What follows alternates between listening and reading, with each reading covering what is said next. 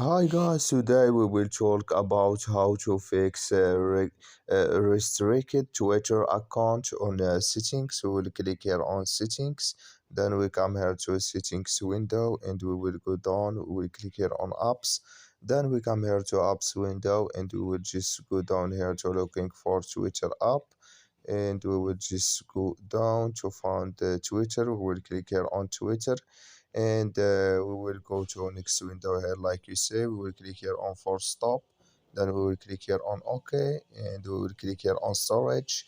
Then we come here to this is window or storage window. We will click here on clear cache, then we will click here on clear data, and you just go to Play Store and update your Twitter app, and it's going to work with you.